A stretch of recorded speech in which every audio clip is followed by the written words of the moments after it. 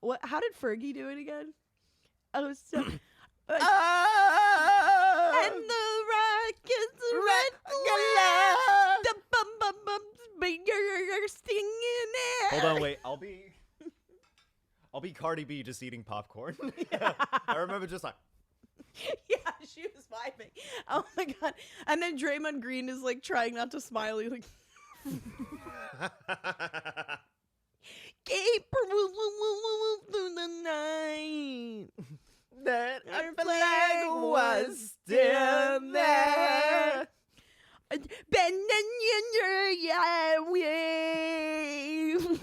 She's an icon. I hope she doesn't sue us for how much we sound like her. Oh, please. For that incredible rendition, pay us. Fergie, pay us right now. Yeah. We've been looking for payment from you for a long time, Fergie. Fergie, we've been tracking you down. We've been getting representatives undercover to look for. Did you see that meme that went around this week of like if the Democrats emailed me, or like if I emailed my parents like the Democrats email me? Oh yeah. There was one like that. But what if Fergie reached out to you like the Democrats reach out to you? I am once again looking for your support. will.i.am has emailed you. I have emailed you. Timberland has emailed you. And now it may not be enough.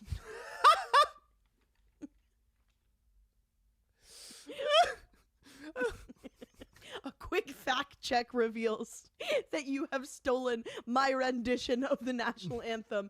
But if you chip in $5 before midnight, I will not need to sue for copyright infringement. Rolling Stone says that our numbers have never been lower. Can you chip in $10 right now? Send the Republicans a message.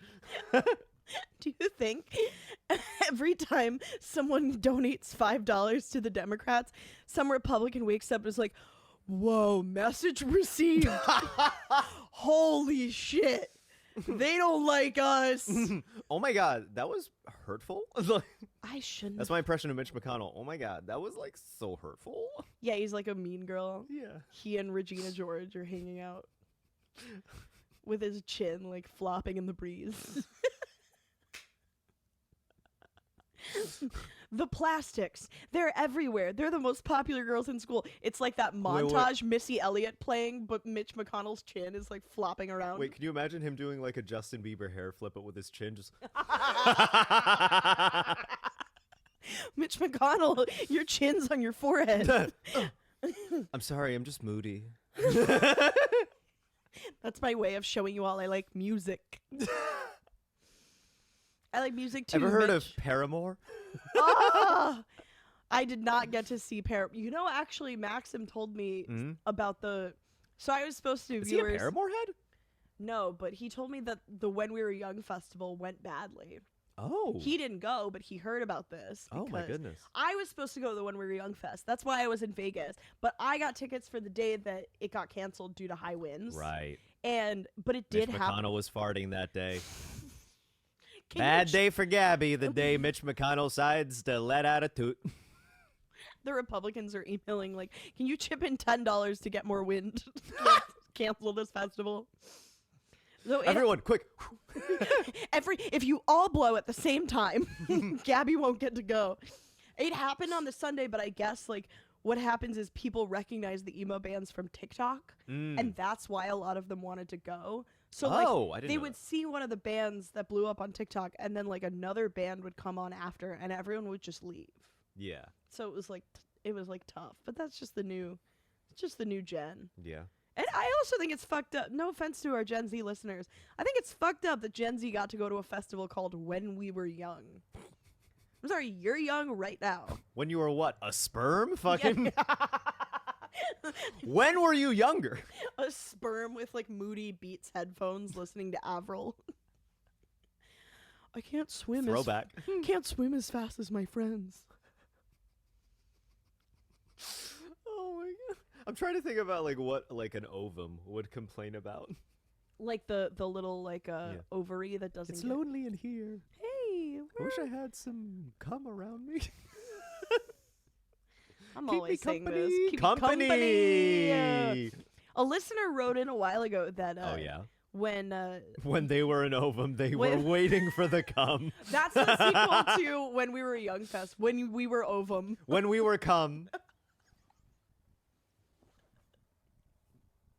When we were cum. It's just like the Beatles play, but we all go. It's like before we were born. But When we were all cum once. listeners, we were all cum. I miss those days. I think you're still cum.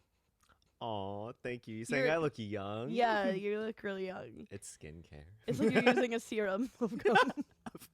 A listener wrote in and said, when Yumi and Shatha were talking about how compassion is a sexy trait, Uh-huh. we should have called it compassion. Because we've so much passion for cum. You know, I think that sometimes our listeners really do offer good joke tags. Oh, they do. I appreciate that. I love our listeners. But I love also our podcast. Welcome to Two Nosy Two Meerkats. Nosy Meerkats. We don't have a guest today because Lucas and I got we've had some crazy shit on the brain. Yeah. Well, I guess just me. Yeah. Let's talk about it. Well, first, I guess Yeah. did you eat anything special this week? I want to ease into it. Like desserts, dinner. I'm trying to break the ice. Before I tell everyone about my traumatic weekend in Vegas, I'm trying Okay. to break the ice. What have I eaten that is exciting? Let me see. I have a pack of blueberries in the fridge. I haven't eaten that yet, but Where do you get your blueberries? 2 blocks away. The blueberry store. I don't want to say the actual name of the place because I Why? try Is not it a slur? F slur groceries. No, it's because I don't want to give away any like markers of like Location where I about live. where we yeah. live. Okay. We live. Yeah, Lucas and I live together. We live. Yeah. Yeah, it's true. Sylvie was an 18-month Harvard study conducted by the sociological department. She's a lie. Lucas and I live together. We're in love. We are. It's true. And we've just moved in together. It's really. What do you think of the place? I've- Do you like the Do you like the cubby hole I made for you to sleep in? Yeah. So when you guys see Lucas in his sound booth, that's actually my bed. Yeah. It's a small box. I give you a nice rock to rest your head on. I'm like the stay-at-home girlfriend. Yeah, you are. I'm obsessed with that video. I'm so glad it made it onto my timeline. Yeah. Because, with my Twitter being all about baseball and everything and having 40 followers, Yeah, share the people your handle. shut the fuck up, Lucas, at twitter.com. I don't get to see those videos a lot, but I liked the fray in her voice that was as if to say, I am so fucked up on lithium that I can't even speak. And her boyfriend, who is obviously trapping her there, but looks happy. I don't think I've actually seen this video. Oh. I mean, I've heard of like Oh no, wait, I have. It's a big apartment and she's tiny. It's a huge apartment. Yeah, she is like a speck in the universe of this apartment. I know exactly who you're talking about. It's like Don't Worry, Darling. Yeah, and she makes like a beautiful thing of food for him. Yeah, I remember. Yeah, it's now I know exactly what you're crazy. talking about. But also, like, in the video, it's very unclear when the boyfriend is home and when he's not, because it's not like he goes to work in a linear way. The video is so out of order that she's like, I make breakfast for Luke, then I make the bed, then Luke and I go get a coffee. I'm like, was he here the whole time? Like, what are you talking about? And you never see him. You do see Oh, him. you do? Oh, I haven't gotten to This is that a point in different the video. This is, you do see him. Oh, Yeah. okay. Oh, I didn't know she's made other videos. I think you may have seen a different stay-at-home girlfriend video, because this is like a trope. There's more than one?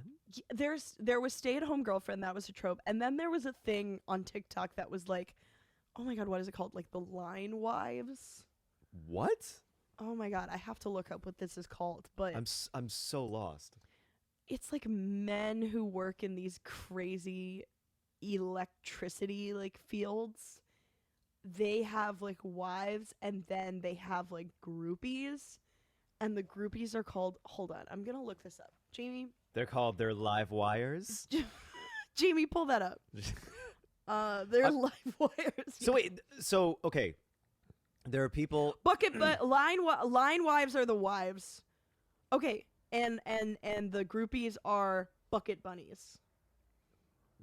So wait, so there's a person who works in electricity. He has a wife, but then he also has like a harem on the side. When this is from a BuzzFeed article. Shout out to BuzzFeed. What is happening? Okay. When power line technicians, also known as line workers, went to Florida to restore electricity to areas ravaged by Hurricane Ian, some TikTokers rejoiced at the influx of eligible bachelors wearing neon shirts and construction helmets on Tinder. Meanwhile, women whose husbands are line workers dissed those on the apps who were interested in the men as bucket bunnies. That is, of course, in reference to the bucket trucks that line workers stand in to safely reach the high voltage electrical lines, with the implication that these single sexy bunnies are trying to tempt line workers to cheat on their wives. I stand with all the linemen wives as they prepare to take on Florida's bucket bunnies. This needs to be a CW show. This is. I actually need the limited series about this right now. I want this. Yeah. Oh, this would be a great. Oh my God. Nick Lachey, this is your next show after Love Is Blind. Oh my God. No one's on Love Is Blind. Have you started Love Is Blind, by the way? Season 3? Yeah. I have not. Is it good? I actually like it, but so season 2, I think I got 15 minutes in, and I was like, I can't. I tried watching the 2 years later or whatever, or the reunion thing, and I couldn't get through it. How many of them make it? I don't know. Yeah. I don't know. True, of course. Season 3 I is do okay. know that what's his face and what's her face, who they're now broken up. The ones who were fighting all the way through. Oh, are you talking about Jared and Ivana, or are you talking? No, about not Jared and Ivana. It's they're two white people. Shane and Shayna? Not Shane and Shayna. It's she likes to wear a lot of costumes, and he's a square. The gay guy. He's not gay, but he is gay to me. What's his name? Nick. Is it Nick? The one who seems gay. He was the first one to propose, right? Yes. Him. Yeah. That's the one. Okay, yeah. To me, there was no. I don't want to out anyone, but to me, there's no way. There's no way. The way he is gay. Wait, no, go into the factors. What sets off the gaydar? Ooh, so there's a number of charts and graphs that need to be discussed. I feel like I'm like that meme of the woman putting it all together. Do you mean the thing from It's Always Sunny, that guy? No, I'm talking about the woman with the charts in front of her face. Oh, that woman who's she's blonde, and she's Yes. just she sees all the equations. The she's woman like, who's "What?" allegedly not Jodie Foster, but some random bitch from Brazil. Sorry, she's not a bitch. She's very nice. I imagine. And she's not Brazilian. We would never use that word. We would never go to Brazil. We would never dare call someone Brazilian. You know what? I'm a little upset that our podcast, shout out to you guys for listening and being supportive. I'm a little upset that we've not gotten to the point of fame where people are in our mentions telling us to come to Brazil. Oh. That's the ultimate fame. Oh yeah. I did have I've not had someone ask me to go to Brazil, but I have had someone tell me to come to India. Oh. But he also said, if you ever get into trouble with the law, I'm a lawyer and I can get you out. I mean, I think you should take him up on that. Hey, generous offer. Yeah. If you're a fan of someone, offer to get them out of a murder trial. That's what I'm saying. I mean, you can offer it whether you're a lawyer or not. I could get someone out of a murder trial. Just pizzazz. offer support. Just be like, hey man, if I'd you be ever like, get come in on, trouble, look, he's a nice guy. He's not gonna do it again. Come okay, on. enough. One time I get into a spot of bother and he's out. And my wife was in the jukebox. That's my John Mulaney impression, in case anyone's curious. I've been working on it. oh yeah. It's really good. Oh yeah, no, you gave an amazing John Mulaney impression just beforehand. And then I said to her, now it's getting worse. It sounds like you're reading a sentence, but you're only showed one word at a time, and you're like, and then I saw. And I was floating through the air like a leaf.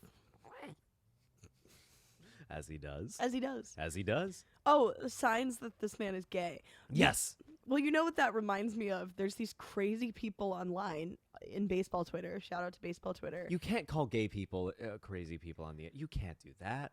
Well, these people are not gay, Oh, but what they okay. do is they. What it's do they so do? fucked up.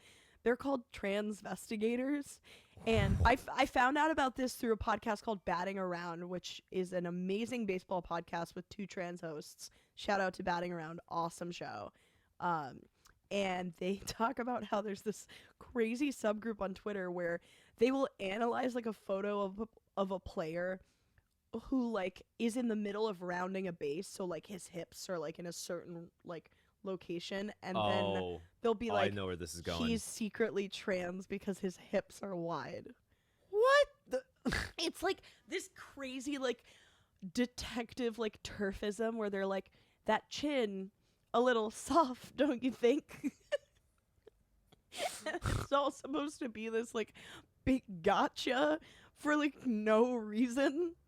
What? So I just had an image of me doing that, but for the guy I think is gay on Love is Blind. Like, Oh yeah. well, you know, gay men do have a twinkle in their eyes. They think they can hide it from us, but I know better. There's a certain thing about their hips, not just the proportions, but how they move. You know, his demeanor, Yeah. the way he once said apples are not like other fruits, Yeah. made me think. Which is true. Made me think, what else are not like other fruits? Oh, ayo, it's true. Apples Yeah. are not like other fruits. I have a question for you. This is something that I've been trying to think of as a bit. So, you know how Cher and Judy Garland, they're not people that are gay or queer, but they're hailed as queer They're icons, yeah. Yes. Is there anyone you think who is queer who embodies what it is to be straight and could be a straight icon? Oh. Well, I mean, if Taylor Swift is gay, it's her. Which I don't think she's gay. Because I think I don't think she's gay either. I think Taylor Swift, if she was gay, she would have made so much money off of it by now. She would have monetized. I will neither agree nor disagree. Yes. as a straight man, this is not my place. I don't like Taylor Swift. Like, I think I like her music, and I think it's crazy to me that it gets stuck in my head even though I don't listen to it. Yeah. I love her as a person, hate her music. No. I truly don't know her like her that well at cats. all. I think she got cute cats. But it's pretty clear to me that she's dating Joe Alwyn. Who is that? I don't know who that is. It's been her boyfriend for like 6 years, and yet everyone thinks she like dated Carly Kloss and Diana Agron, which like, if that is true, oh, cool. You dated 2 tall blondes. Wow. Way to run Be the original. I was going to say the dumbest thing. I was going to be like, way to run the ship. Way to run that game, man, of the So tall I'm blonde clearly gals. sleep deprived. Way to run the ship. You know what I mean? Well, you know who's just divorcing a tall blonde is Tom Brady. Oh, yeah. Do you think that Giselle Bundchen was like, I'm tired of you making out with my kids? Just like, dude. It actually wasn't about football at all. Yeah. It was like, stop lip locking. Yeah. The kids are going to have a choice when they get to They're choose who to done live with the tongue, Tom. Please stop giving them so much tongue. Imagine one of the kids is like, no, I want to live with dad. Any reason why, son? No, just the tongue. I mean, the convenience school district tongue. But yeah, is there anyone else that you think would be a Ooh. straight icon? Straight icon queer. Yes. I mean, the obvious one is Pete Buttigieg. Oh yeah, that's oh yeah. Neil Patrick Harris. Neil Patrick Harris. Ellen is a straight icon. Oh yeah. Yeah. Ellen is a. I think Max and Tino were talking about Ellen on Abuses Max's power. podcast. Yes, Is with Portia de Rossi. which is very straight of her. Very straight of her. Did anyone know about Portia de Rossi before Ellen? Was she around? She was. Wait, was she? No, I was thinking of someone else. Because I know that Ellen was with the woman who was in the modern version of Psycho. I forget her name, but she played the main woman who gets killed. And like there was a 1990s complete remake of Psycho with Vince Vaughn, and I forget her name, but she was with Ellen before Portia de Rossi. Vince Vaughn. Psycho, yeah.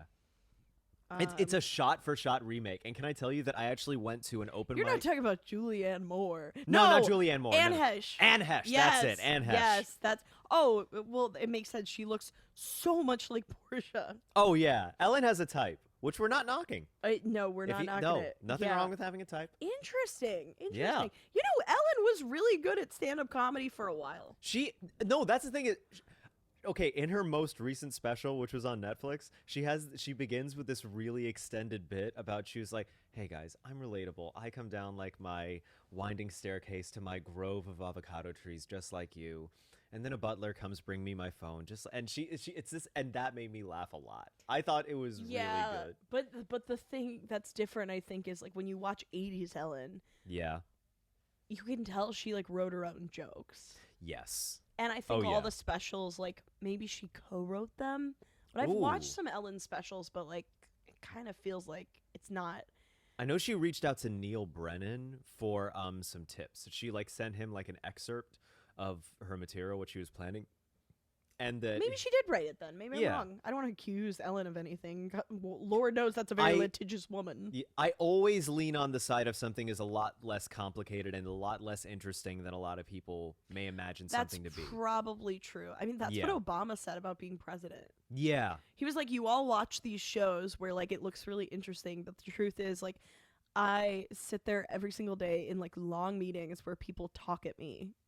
He actually said that. And that makes so much sense to me. That's like, exactly how I imagined the job would be. Kind of a G thing to admit. Yeah. Yeah. Something I was always curious about when Donald Trump took office is I thought, oh, we're about to find out about the aliens.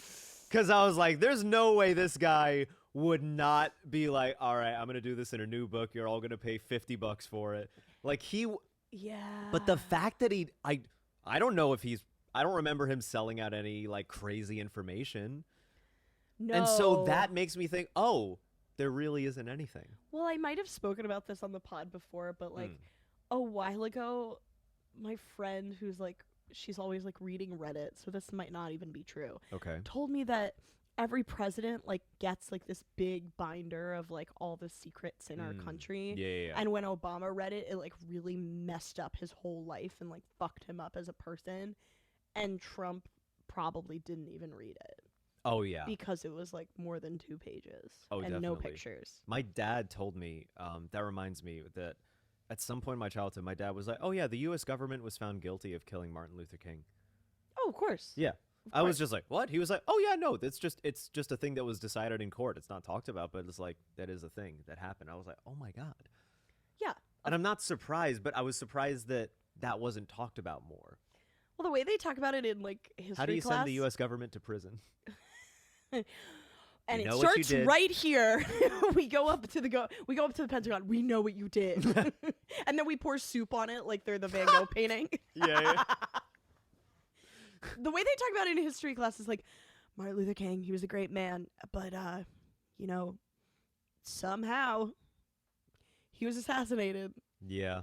We're all like, who? They're like, you know, some guy. But, you know, it's just no one knows how it happened. Yeah. Like, yeah, you do. Yeah. You did it. Of course, yeah. If Calls I are coming from inside the house. If I did it. If I OJ. OJ killed Martin Luther King. OJ killed Martin Luther King. It's true. Have you seen him on Twitter? Martin Luther King. OJ on Twitter. No, I know. Yeah, he's on Twitter. Yeah, I've seen him. It's crazy. He's a bucket bunny, not a line wife. He's like defending abortion rights. He was like, you should never tell a woman what she can do with her body. It's like, I mean, you told her what she couldn't do, which was live. Yeah.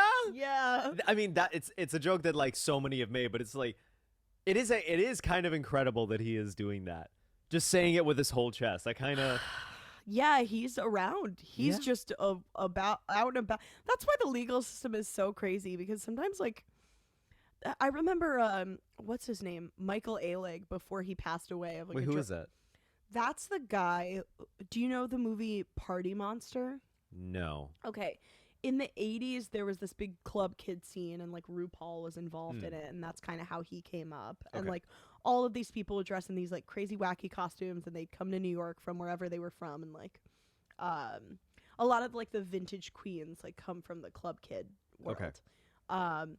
And the main kind of like ringleader of the club kids was this guy Michael Alig, and he at some point it was really fun, and he was like having a great time and everything and making this great group of queer people. But at some point he got so into drugs that he got in a dispute with like his dealer, and he and his friend like killed the guy and like took the drugs out of his pocket to like get high, and then they like I can't remember what they did. It was some kind of brutal thing. They like chopped him up and threw him in the river. Oh my god. Spoilers. And then Michael Alig went to prison, and then he like got out on good behavior, I guess. And there's just like a documentary. It's not a very good documentary. It's poorly shot. But he's just like sitting, he's just at the Hudson River, and he's like, "Oh yeah, that's where we that's where we like threw him in." I'm like, how are you allowed to see the light of day? Imagine if he just is like selfie. He honestly, like, he is just walking around doing like whatever people do, like hanging out. I mean, he did pass away, but as people do. As people do. People do that. It's just crazy to me that people, I mean, the carceral system to me is so like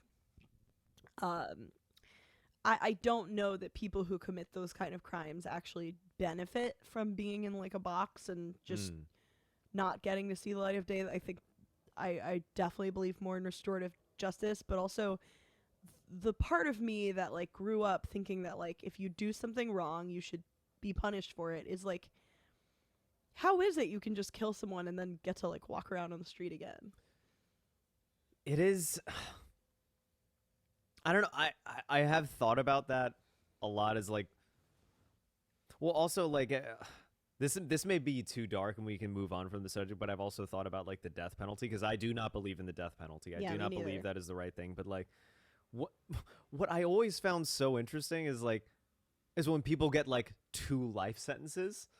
Yeah. Like it's almost like the penal system is just going, I triple dog dare you to stay in prison in your next life.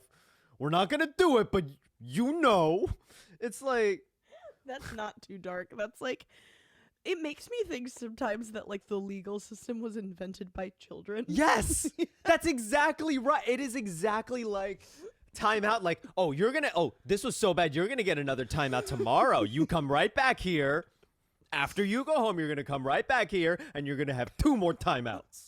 When you sign like a contract, like I found out recently like in class that if you like sell a pilot or something to a studio, like let's say like Warner Brothers buys your pilot or something, oftentimes like you'll get a contract where they'll be like, we own the rights to this in perpetuity, forever and ever, in this world and in worlds yet to be discovered.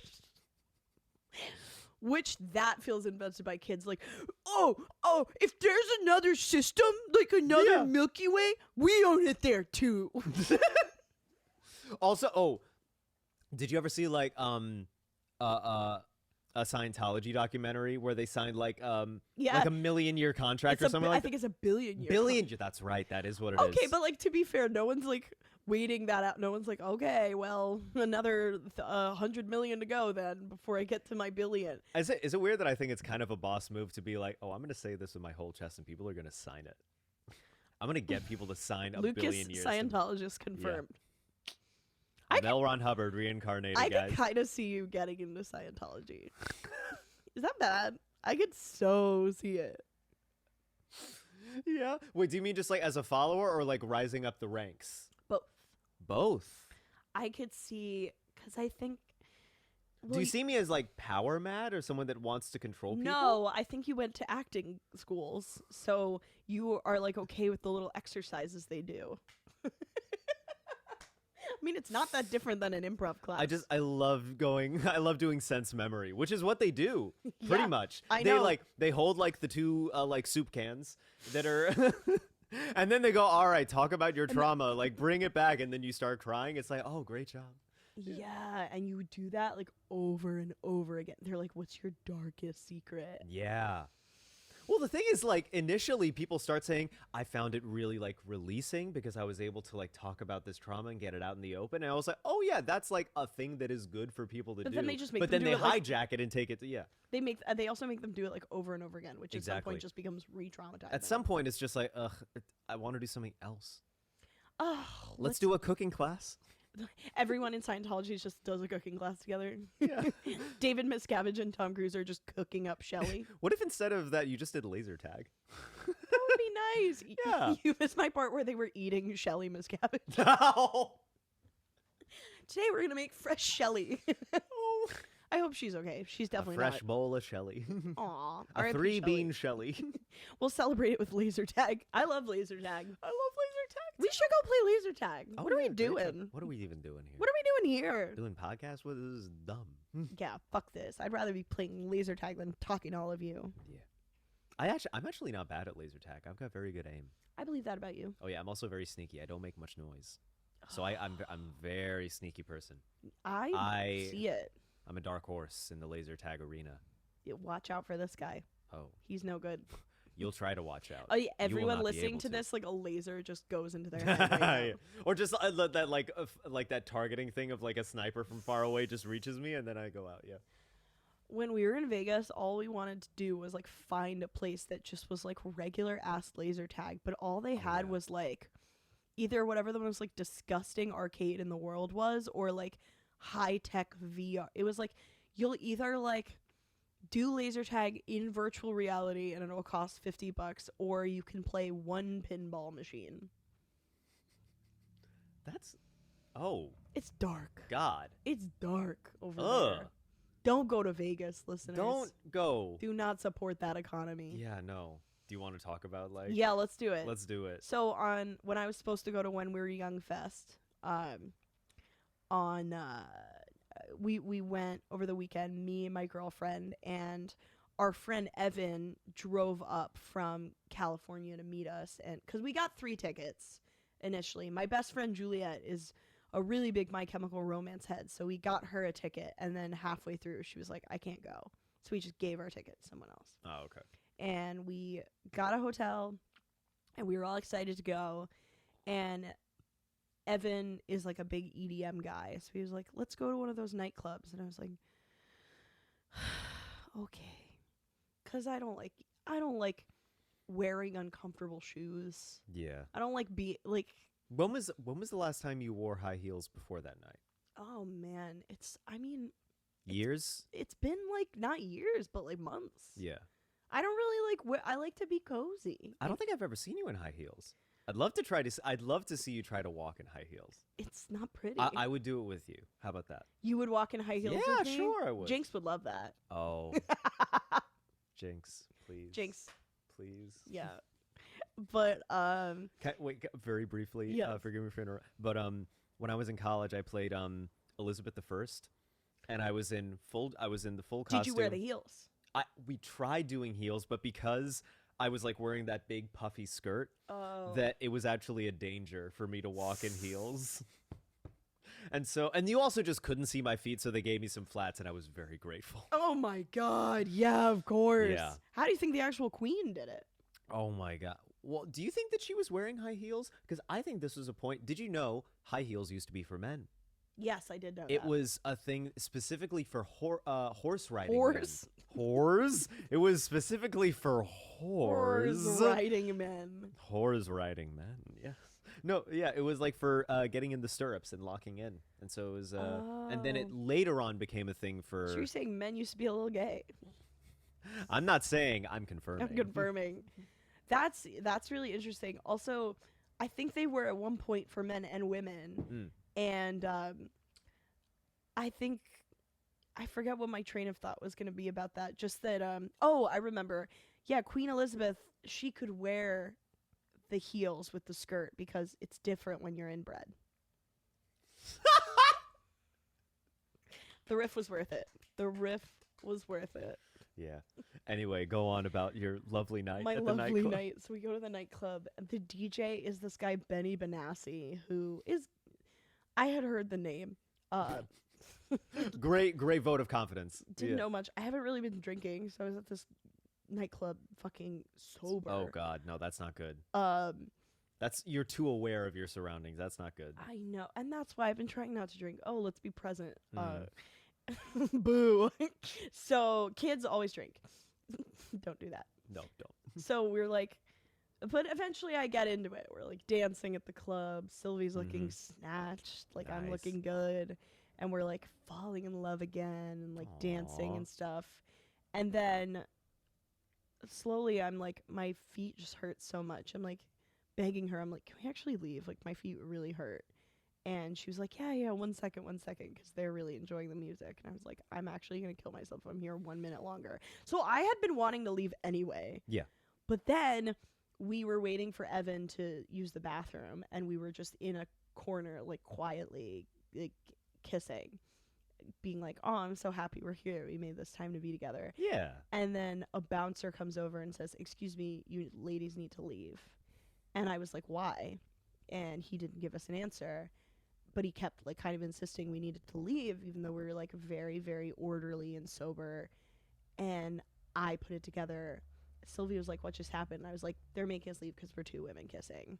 And he didn't say anything. And I was like, in no uncertain terms, I was like, fuck you, you homophobic asshole, we're leaving. So we like walk out.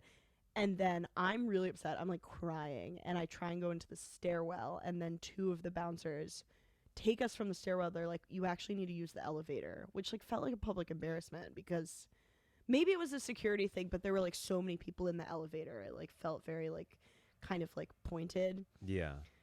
And then I've been working on a bit about this, but did not love the homophobia. But what I liked less is how much. Wait, you didn't like the homophobia? You know, I usually like it, and I like it more from you. I like it when it's coming That's from the you. thing is I should have been there. It should have been me. It should have been me. I wish you'd kicked me out of the club. Wait, let's role play that.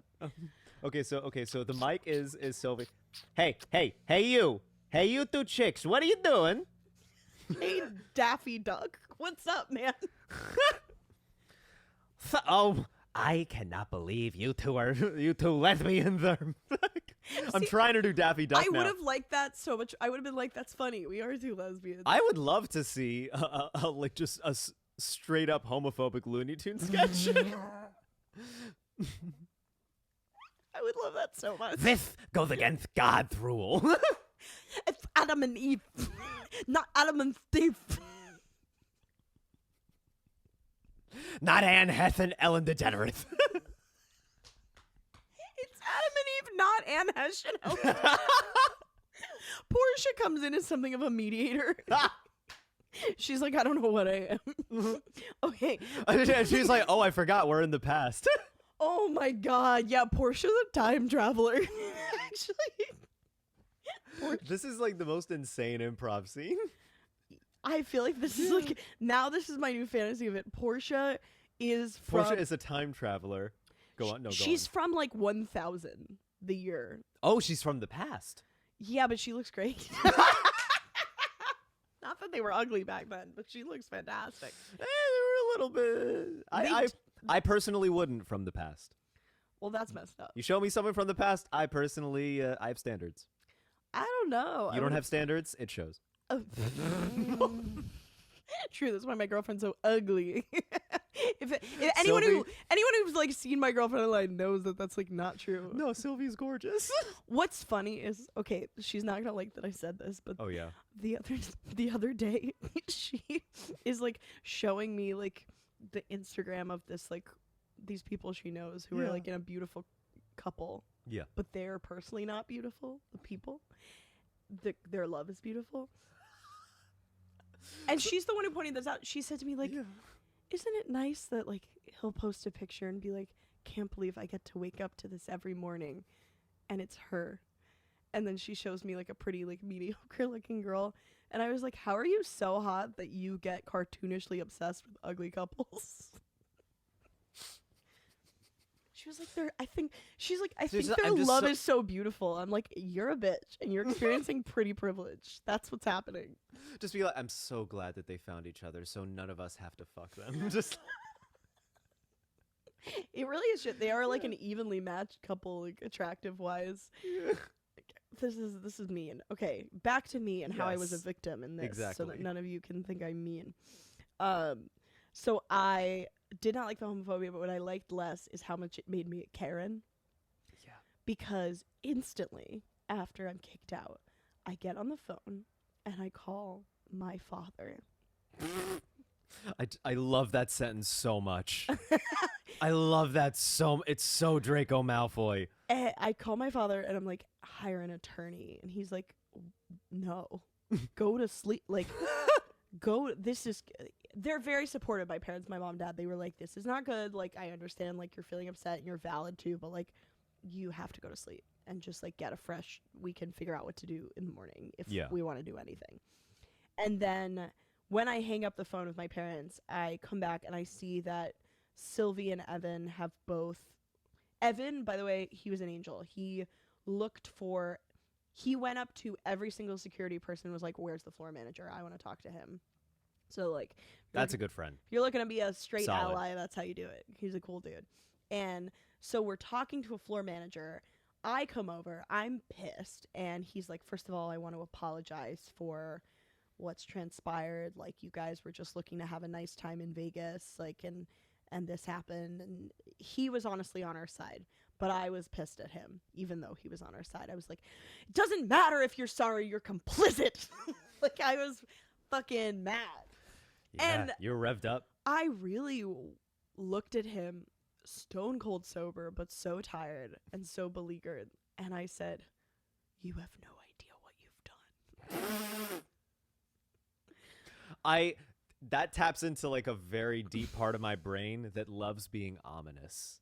Yeah, I think It's it was fun beyond to be Karen, ominous and to it an started enemy. to go Voldemort. Yeah, I think. yeah. I was like, I have a sizable platform, which is like, love you all for listening, but I would not call this sizable. This is one day will be sizable. It's not nothing. It's not. This is significant. We care about you. When we care about you a but lot. we need you to be more. Yeah. We need you to cancel the marquee in Vegas. Oh, and that was another When funny... you're done writing it about your middle school romance issues, go to Vegas. Steal your parents' credit card. Go to Vegas. Please don't steal credit cards. Don't steal credit cards, but please But do ask nicely for your parents. storm the marquee nightclub. Yeah. That was another thing. I kept forgetting the name of the hotel the marquee was in.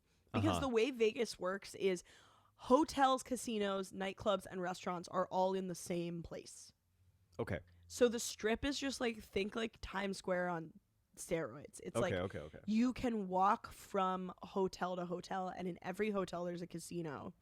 And in every casino there's a bunch of restaurants, a bunch of shops, shows, like theater shows. Yeah. And nightclubs and day clubs. Okay. And so the marquee was in this hotel called, oh my God, what was it called? The Cosmopolitan. Ah. But no matter what, and Was it modeled after the magazine? no matter how many times I tried, I kept forgetting what it was called. Did someone just go, I prefer the book? Dude, I would call it like the Continental. At one point I called it the Consternation.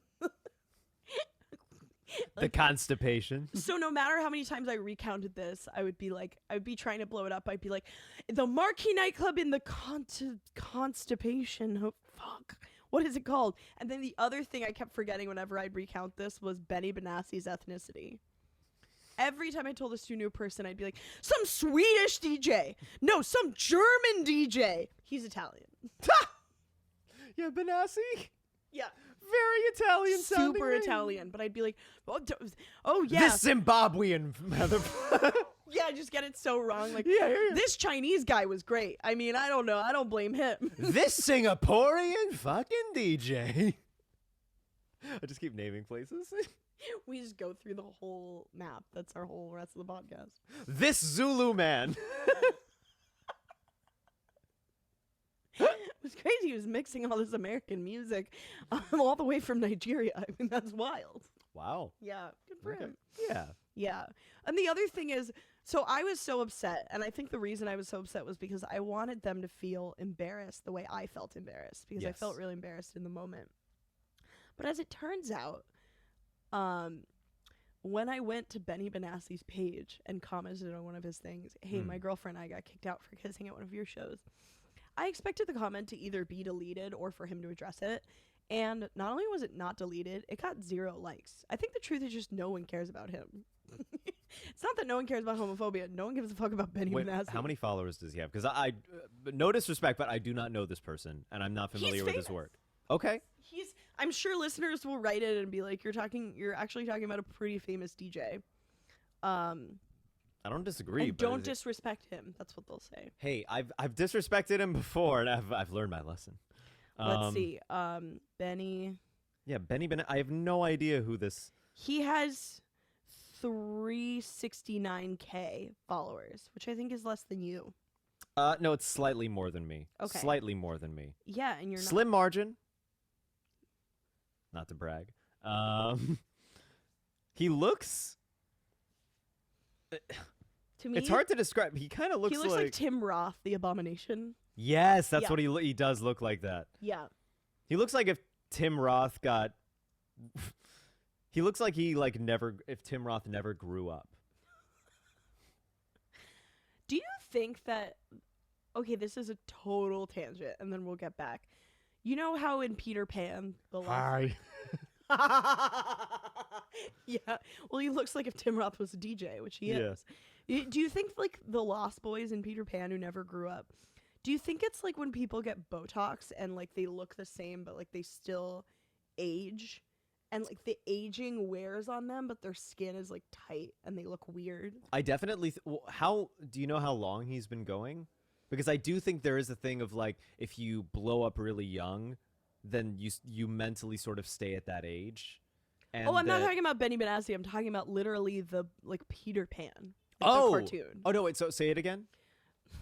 So when Peter Pan is in his Lost Boys thing and he never grows up, do you think he looks weird when he like gets old but still looks the same age? I don't think so. Or is it that he doesn't age? I think it's that he doesn't age. Because did you remember from like the movie that like after a while they like start forgetting their own families, like the darling children. They're like, oh my god, like what did our mom even look like? I think that I think that that's a part of them staying young is they don't have like a huge memory of being on Neverland. I think that they live in sort of like a narrow span of time that lasts a long time, but they just live so much in the moment that they forget about shit in the past. Interesting. And that they truly just don't age. I've been too influenced by like Tuck Everlasting and Age of Adeline, like those and like Twilight, those movies where people like are we've had such different childhoods in terms of what we've seen.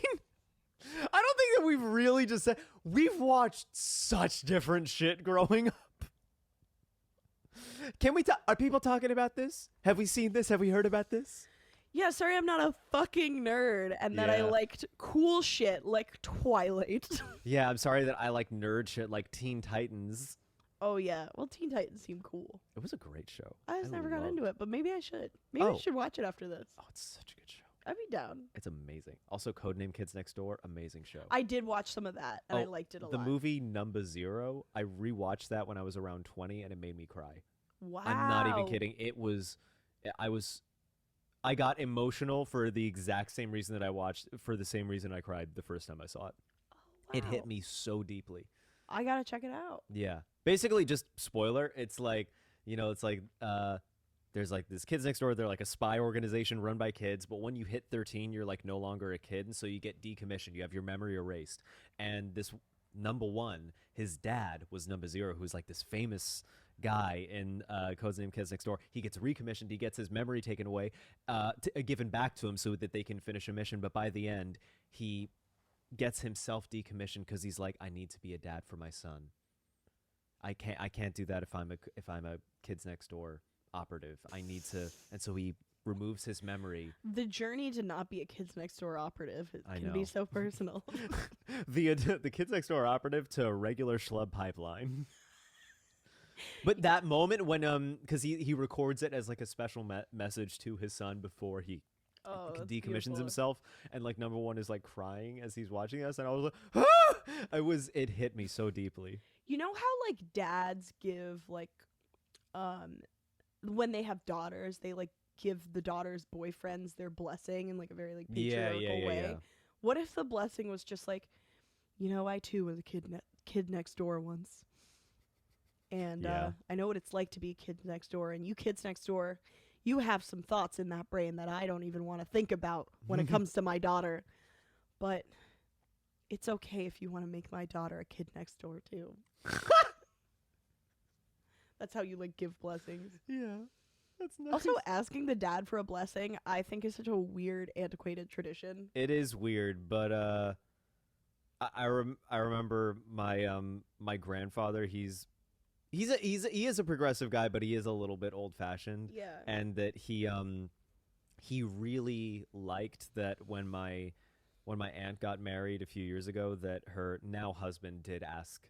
Went to both of her parents for like their Yeah. blessing, but he was like, "That was very good. I'm glad that you did that." And he was like, "I would have married her anyway," but like, Yeah, of course. okay, yeah. What are you gonna do? I guess it's not so bad. To me, it's weird when, like, there's a relationship that's already, like, non-traditional and they still do traditional things. Like, I know people who are getting, like, lesbian married, and one of the women still asked the other girl's dad specifically for the blessing. That is odd. Which is weird to me. Both parents, I would get. Both parents I would so get. But also, Yeah. the other thing I don't think I get about a blessing. Imagine if it was only the mom being like, "Hey, can I just go down on your daughter like indefinitely in the eyes of God and the law?" I get that getting married is a big step, but it is a step that like most parents would be happy about. So it feels obsolete to ask for the blessing. It's like, can I marry your daughter? Yes. What I don't get then is there's no asking for a blessing for like, can I give your daughter a rim job? That's something where like you really should And want that's you should get someone's blessing before you do that. like, how much disgusting shit have we all done where we didn't get anyone's blessing for it? You think I got anyone's blessing before I pooped my pants in a McDonald's? Of course not. And you had to ask everyone around if it was okay first. May I please poop my pants in this McDonald's? I kind of want to do a bit about this. Asking a blessing for that's like That would be a great sort of like, like people like have like a camera from afar as they go up to someone and be like, "Hey, can I get your number?" They like do that. Imagine if you did that, but just be like, "Hey, is it all right if I shit myself in front of you?" I will say, definitely not the worst thing that I've ever seen in a McDonald's. Yeah. What was the worst thing? Oh, I think I've told this story in the podcast before, but I'll tell it again. I've only been to a McDonald's 3 times in my life, Oh, you gotta go. so I haven't. I'll come back. I'll go with you. Oh, please, yeah. I went to McDonald's recently with Clara Olshansky, friend of the pod. Nice. Yeah. Yeah. In What'd you guys?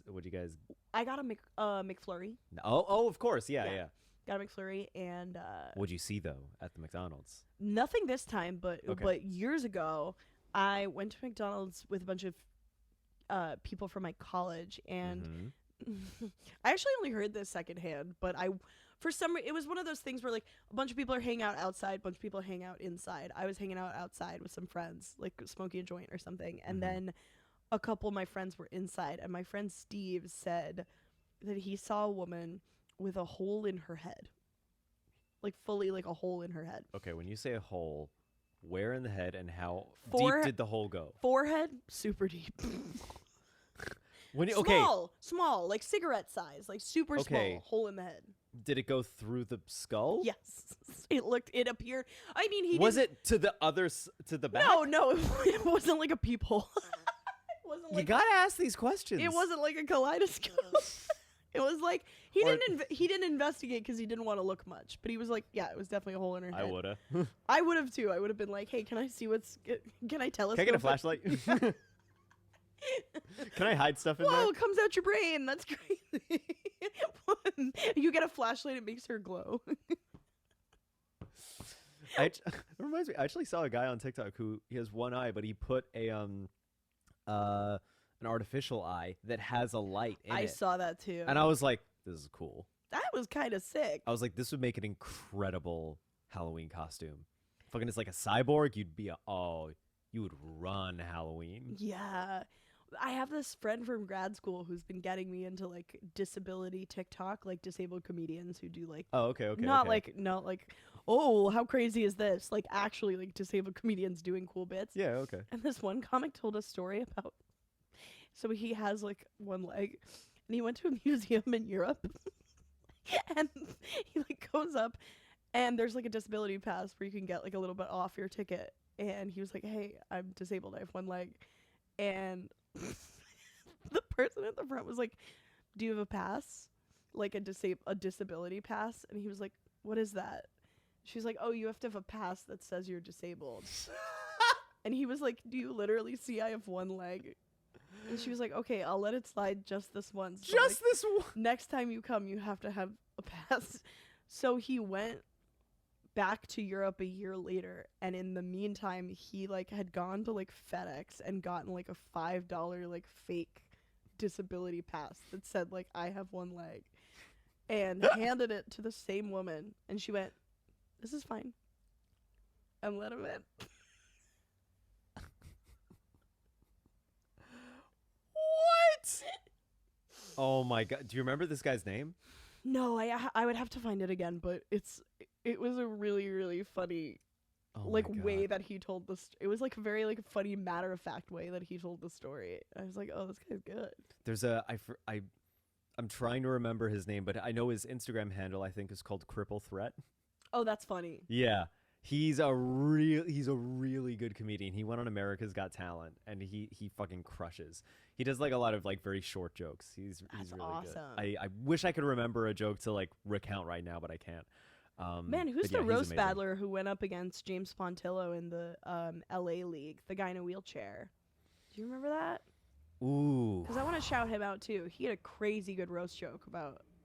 Is he I remember there's a guy in a wheelchair who has cerebral palsy. Yes, it was Yeah. him. Yeah. I think I know who you're like dark hair. Yes. Yeah, I know exactly who you're talking about. I don't remember his name either.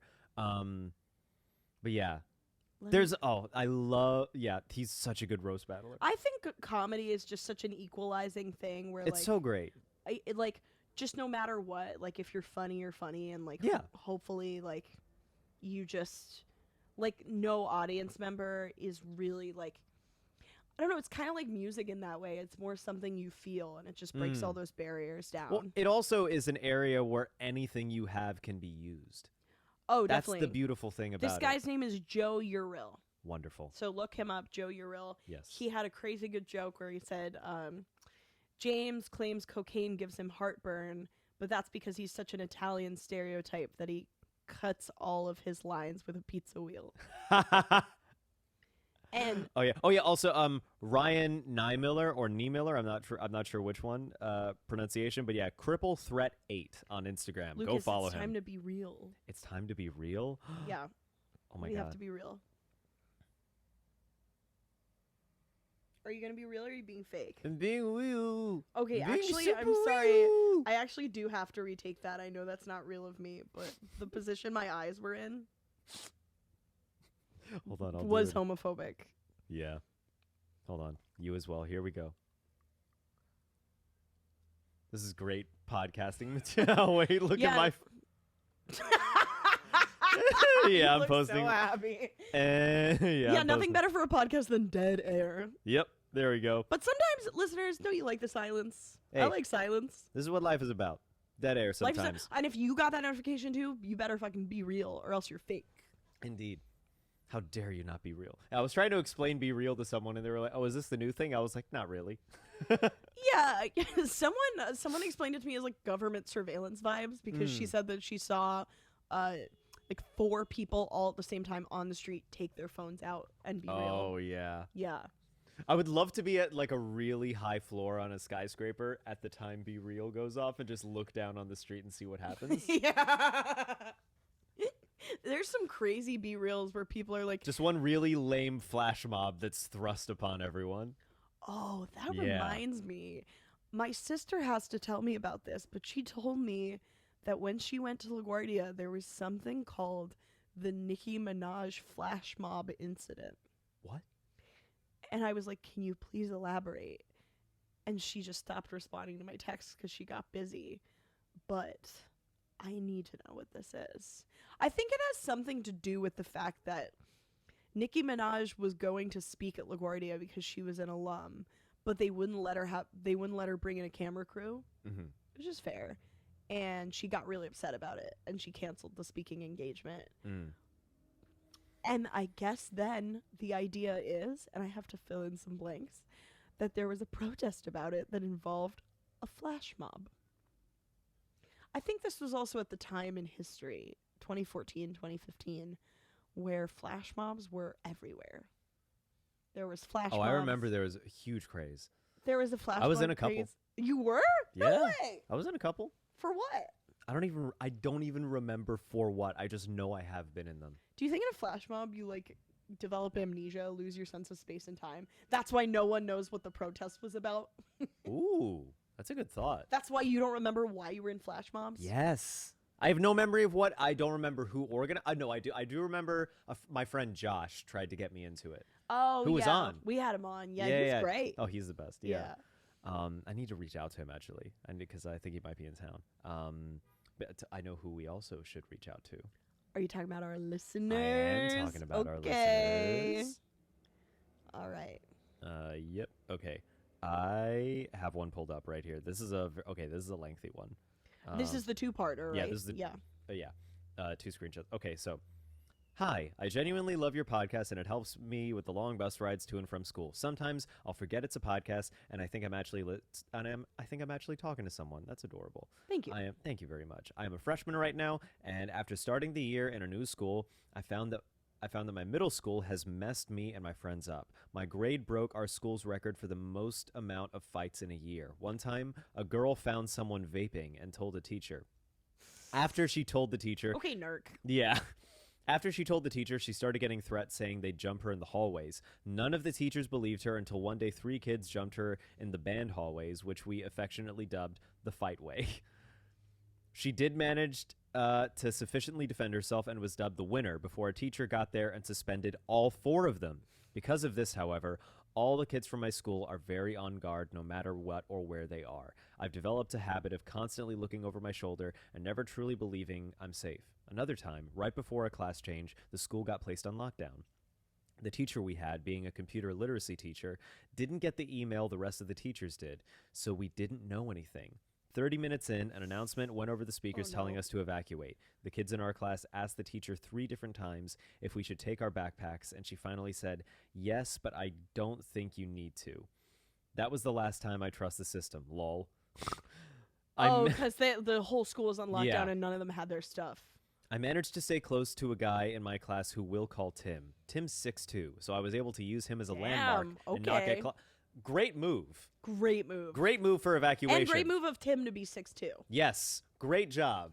Great achievement. Yeah. Keep up that hustle. Someone teach Lukas how. So, hey, I've been trying for a while, and I can't break that 6-foot mark. Yeah. It's just something I can't do. It's tough. You've been trying. I have been. Oh, do you know how much I hate Phoebe Waller-Bridges simply for being tall? How tall is she? Too tall. Upsettingly. So tall it's untrustworthy. What is she doing seeing fridges? So tall, it's an attack. It is an attack on me. Yeah. So I'm a chihuahua. I feel like I need to be taller. So shout out to Tim. Yeah. A shout out to Phoebe Waller-Bridge. Bitch. Fleabag was mid. Just kidding. I liked it, actually. Yeah, it's a seminal piece of art that everyone can agree on. Yeah. Whatever. Yeah. Anyway, okay, moving on. So, 6'2". Great job, Tim.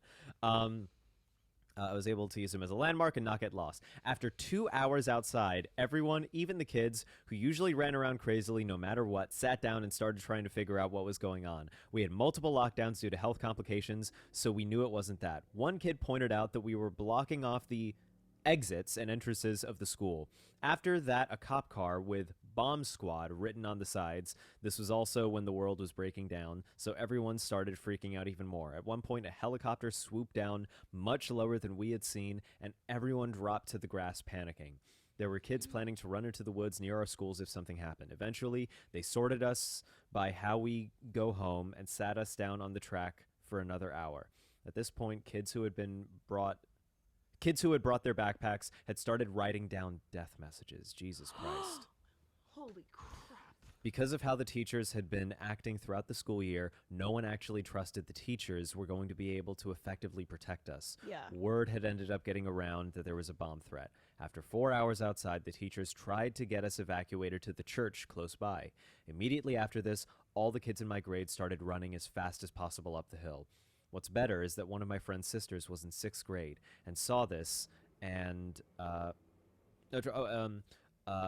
who was in 6th grade, saw this and asked her friend, should we follow them? And her friend responded with, nah, they're 8th graders. That's what they do. That's pretty funny. Yeah. After we made it home, we found out via the news that there was a 7th grader that had been threatening to bomb the school for many days, and they didn't do anything. We got evacuated. Oh, my God. I know. We got evacuated because the band teacher overheard the kid threatening one of the students. What's worse is they found a hit list with 14 people on it in the kid's backpack. Because of this, anytime the speakers go off, you can tell everyone from our school gets crazy intense and looks ready to bolt. The kid is back at school again this year, and next year we'll be going to our school, which freaks everyone out. Yeah, of course. Yeah. Anyways, the school we're at right now is so much better and safer, but even still, I have to constantly remind myself that I'm safe there. There's so many other stories that have messed us up even further and explain so many other parts of our lives. Again, I really do appreciate the podcast. It helped me get through so many hard times and never I'm fails glad. to make me laugh. Do you have any stories about things like that that you realize later on, in fact, messed you up in life? No, not like that. Whew. Not like that. Nothing, not like this. Did you ever have like, I remember once or twice getting evacuated, but nothing as serious as like a fear of a shooting or a bombing like that. It was never. This happened somewhat selfishly, I'd say, but after my time in school. I have to say that I think that mass shootings just were not as common when we were in school. Yeah, And that's I what can yeah. completely understand why kids growing up right now would be so traumatized, because like we straight up like, you know, kids go to school and then something bad happens for reasons that like, I mean, the main reason is guns, but the psychological reasons like no one really understands yet. And then we just send them fucking back. Yeah.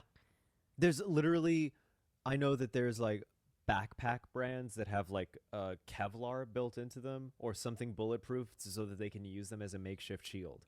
That is a thing that is just part of the industry now. This is just, it's just a part of the culture. And I would get my kids a backpack like that. Absolutely, Yeah, I would. I would too. Absolutely. Oh my God. Yeah. I mean, the closest we had to anything like that was like, I don't know, we had like a creepy security guard who used to like spy on the boys peeing, but then he wasn't allowed in the basement anymore. Was that the only place where there were boys' bathrooms, in the basement? The basement was where the LaGuardia drama department was, and so he used to like patrol the drama department, but then he got like sent to some other floor, and I feel like the drama department just like was so small and understaffed, like no one was ever watching, but like on other floors, like there were other staff and there were a lot of other people who like could be like, hey, Velez is watching us again. The basement was just where like some wild shit happened. Oh yeah. But that's the closest I can. Basements are that's the prime place for wild shit. It really it's a great place for wild shit to happen. You would know. If you're wild You've shit. buried a few bodies in your time. A few. The few, the many, the proud. Lucas's body count. I guess that's a different term. There's also, I remember after 9/11 we had to do a couple of like, you know, drills and stuff where we hid under desks. Yeah. Which I honestly never did those. Oh, well, I mean, I went to school like in Manhattan, so maybe that's why. But like honestly, I found them kind of fun. Because, like, you're not, like, an adult, like, understanding the context of, like, how scary this is that kids have to learn to do this. Yeah. You're, like, a kid, and this is just, like, another task or assignment. And I remember being like, oh, I get to squat in this little position? Yay! Beats work. Yeah, beats math. Yeah. This really is just a modern phenomenon that is just traumatizing every single kid that goes to, like, I know. a public school.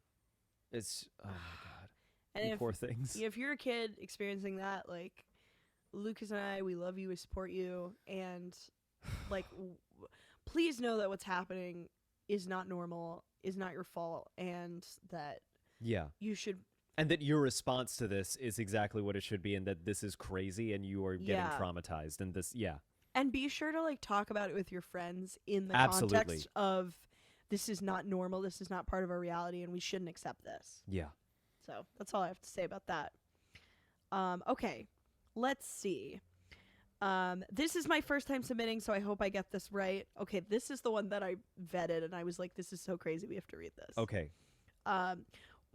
When I was a kid, and still sort of now, I was so flippin' terrified of the Disney Scene It main menu music. What is Disney Scene It? Oh, it's a game. It's like a board game. So you put in a DVD. Like, I actually have Harry Potter Seen It.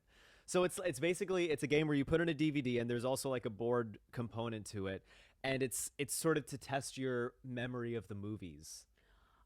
And so I'm guessing it was like did they say Disney Channel or? Yeah, they said I guess it was just Disney Scene It main menu music. Oh yeah, so like you put in the DVD or the game whatever disc and doohickey and I guess Blu-ray. Blu-ray. Remember that? Yeah. I guess it's just like the whatever like pops up when you first start the game, I guess. Yeah. Well, they say it's scary. And also, they said, also I have Tourette's, and my first verbal tick was me yelling at the top of my lungs, and Peggy! My name's not Peggy. I was quoting Hamilton. And then the next sentence happens with no transition, no lube. Just, this is like what it is. I've also been accused of blackfacing because when I get mad, I go into this southern accent, but I'm not. My dad's family is just from Louisiana, so I got the accent, but only when I'm mad.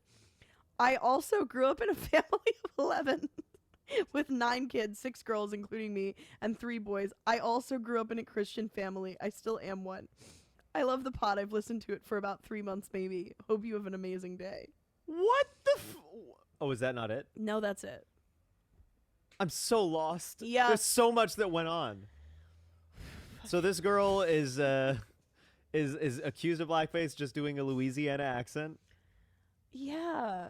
I guess there's some crossover between like cartoonish southern accents and like cartoonish different ethnicity or race accents, but oh yeah, it should. I doubt she's blackfacing. I don't think so either. No, Gonna go ahead and absolve her. Yeah, right here on the pod. Hey, and that's what we do. We absolve people of blackface. We're gonna get Justin Trudeau on next. What a get. What a get. Yeah. I can't believe he just did that and now he's around, you know. I know, what range. Hey. Yeah. She also has Tourette's, and that's hard, I imagine. Yeah. But good for you. I'm wondering like if the accent may be a part of the Tourette's. Wait, what did she? Yeah, in what state does she do the accent? Did she say? And when she's angry. When she's angry, okay. Well, no, yeah, I don't want to infer too much. It feels like she knows herself well. Yeah, I think so. Thank you for just telling us about you. Yeah, that was cool. Listeners, you can just tell us about yourself. Yeah, this is a cool little factoid. Yeah. All right. What's next? I was just listening to episode 49. Oh, this is the thing I recap with the compassion. Oh, yeah. Yeah. I was just listening to episode 49 with Shadi Yas, and you were all talking about how compassion is a great quality, which of course escalated to being a turn-on and making you wet, naturally. And I just wanted to comment, none of you guys said, well, that's why they call it compassion, and I thought it was such a shame. Felt like I needed to make a joke for you. All right. It was a shame. It was a shame. Thank you. Appreciate that. That's good. Next one. Okay. I'm 16 and I need to know something. Is it normal or like okay to be attracted to one of your teachers? I've read about it in books, but oh God, is it different IRL? I respect this teacher and I would never tell anyone about this because first of all, he's not conventionally attractive. It's his personality. And second of all, he has a wife and kids and a life. And if that man ever found out, I would simply pass away. I would never live that down. All of this being said, I've tried to not be attracted to him, but still I am, and I need to know how to stop or not stop. I don't know. Please help. This is a great submission and a great topic. Yeah, I think it would be impossible not to be attracted to a teacher. Absolutely. And I have crushes on teachers. Oh yeah, who'd you have a crush on? Oh, Miss Vissa. Really? Who's Miss- that? She was a math teacher in my middle school. Oh. She was a hot tamale. I had a couple She weird was. ones. She was? She What was her so hot. What was her deal? Was it personality too? It was a person. Oh yeah, she was just a very sweet, nice person, but she was just hot. She was so hot. It just blew me away. I was A like, hot teacher yeah. really like it's like compelling. Oh yeah. I had a really big crush on my women and gender studies professor in college. Yeah. Which makes total sense because of course. Yeah. She was like Fucking exactly my liberal. type. I know, this is the future liberals want. Ugh. She was like bookish, studious, very like soft spoken, quiet Yeah. voice. Spoke very like beautifully about like Hegel and stuff. I was like, I mean, that's a classic college crush. Yeah. That's so. I think, listener, if you told a friend about this crush on a teacher, you would be shocked to hear that they probably have the same crush but won't admit it. Or a very similar crush on another teacher. Yes. I'm telling you, I really don't think anyone is going to judge you for that. If it's a good friend. Yeah. Definitely choose who you chose to, definitely pick carefully who you choose to open up to. But I wouldn't tell the teacher. no, definitely don't tell the teacher. Yeah. Maybe if you run into them like a decade later, be like, hey, this is weird, but like, I had a crush Are on you you. going You're to a do great that teacher. to Miss Vissa? I did once look her up on social media. I couldn't find her. I was like, you know, We were kind couldn't of find her. We were kind of mean to our teacher. I probably should. Really? Well, Oh, okay. not like actually mean, but like, okay, I probably shouldn't even admit this, but Okay. we had this one teacher, I won't say her name, in middle school, but everyone agreed she just had a really fat ass, like in an amazing way. She was just like, it was just so abundantly obvious. It was so abundant. It was, It was an so, abundant ass. so I would like look her up on social media and just see what she was doing. She seems to be doing great. And I would just text friends about it after, like, remember her with the fat ass? I just looked her up. Oh my god. It's so normal. Yes, absolutely. I think it's impossible to have a sexuality and not at some point have a crush on a teacher. Yeah. I really, really believe that. I Assuming you completely go agree. to like a typical school with teachers and stuff. Yeah. Because if you're homeschooled, don't have a don't have a crush on a teacher. Bad idea. Outlook not good, as the 8-ball says. Lucas, if no one had a crush on people who homeschooled them, where would Game of Thrones be? Riddle me that. I got nothing. I got no riffs for you. It's just a fact. It's just a fact. No riffs, just incest. Yeah. Do we As have God any- intended. Do we have anything else for these fine people? Let me double check. I think that might be it. I think so. Yeah. Thank you all for listening. Thank and you very much. remember, do not fall in love with the people homeschooling you, No. because they're more than likely your parents. Unless you're in Game of Thrones, in which case, go for it. What other wise sage words do we have to impart? Oh, I mean, incest is as good as it gets. I mean, Couldn't agree more. absolutely. Try to stay safe if you go to school. If Yeah, that's hard. yeah, stay as safe as you can. If you have crushes on teachers, don't try to actually explore, but definitely talk about it amongst people you trust. The thing That's an with the important crush on the thing to do, teacher yeah. is like it's bad if they have a crush on you back. Yes. Do not let that happen. And it is, and if you get any kind of interest from someone in that kind of authority, it is not because they think you're mature. It is because they are abusing their power. They're a That is the pedophile. most important thing. They're a pedophile. Yes. But Indeed. enough about you, more about us. Yes. Lucas, do you have shows? I do have some shows coming up. I will be doing Hanukkah comedy. Hanukkah comedy. That was so beautiful. That was very anti-Semitic of me. Let's just call it out. But come on. Why am I not able to open up the? Is it the same show Aaron's on? You'll also see Aaron Abelard Clemens if you go to Maybe this show. it is in November. It is yes, November 18th at Yes. Young Ethel's. Yes, I'm going to be doing that show. That's the one. Yeah, that is the day that I'm gonna be doing the LA Comedy Festival, which is my first festival admittance, which I'm Look very at you very excited go. about. Hell yeah. Yeah. Let me see. I have some other ones that I'm gonna be posting about. You'll find them on my website. As always, yeah, that's it for me. What arbitrary thing do I have to plug this week? If you're in a place where the leaves are changing, go look at them. Yes. Because they're very nice. It is beautiful out. Yeah. Touch grass. Touch grass, eat ass. We've been to Nosy Meerkats. Beautiful.